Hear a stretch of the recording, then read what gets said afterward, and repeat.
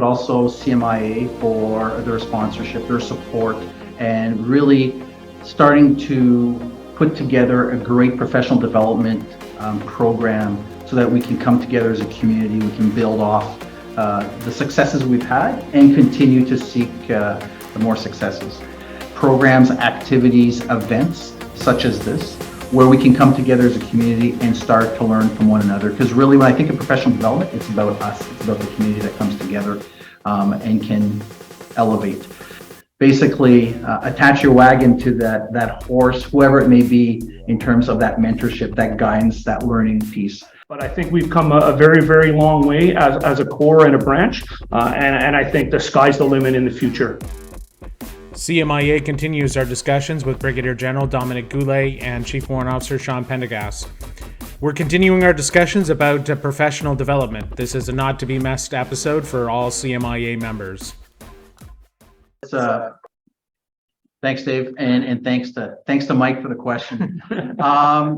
So professional development, this is an issue that comes up regularly amongst intelligence practitioners. It's one that I would say we've been struggling with for some time. As you know, since I joined the branch back in 2002, it's been an issue that we have been looking at and trying to determine what's the best way forward. I do appreciate and understand that we do not have necessarily the undergrad, the undergraduate programs or the postgrad studies that we would like to have with that intelligence nexus. I encourage everybody to read Dr. Cox's paper on Vimy paper. That said, we are moving in terms of how do we actually provide professional development or self-development opportunities to our members.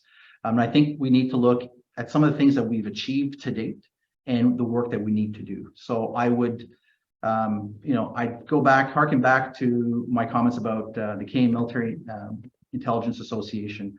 With Dave here at the helm, they are undertaking a professional development initiative and framework to put in place programs, activities, events such as this, where we can come together as a community and start to learn from one another. Because really, when I think of professional development, it's about us, it's about the community that comes together and can elevate.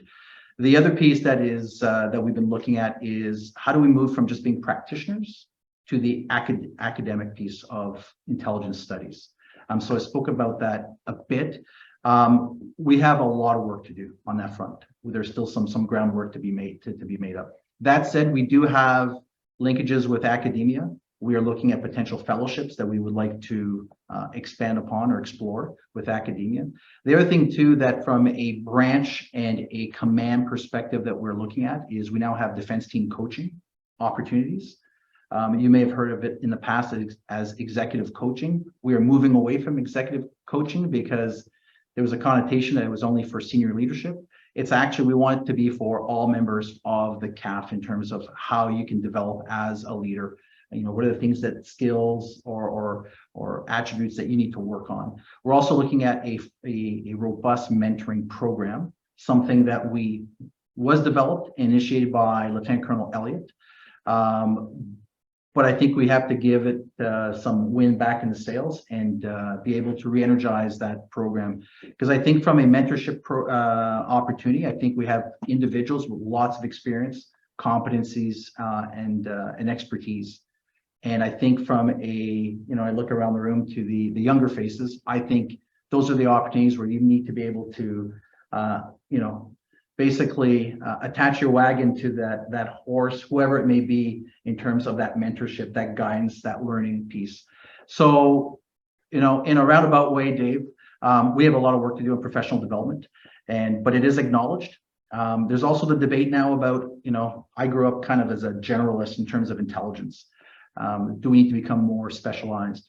As we look at the evolution of technology and the platforms today, and the intelligence expertise that we're requiring members to actually perform compared to the days of Talk, Stadler, and flow carting, there is a big difference today. And we're expecting a lot of our members. And sometimes we don't have necessarily all the training that we've been able to provide you. And yet we'll still throw you in the breach you perform remarkably, but I think we owe it to you to look at what specialized training we owe it, we need to give our members, and how do we offer those opportunities to you as we build you up to be those specialists in the intelligence domain versus perhaps just generalist type practitioners, which is a good thing as well. But I think there's opportunities here where we need to build this cadre of specialties where you can really be able to perform at the height of the expectations. Thanks, Dave.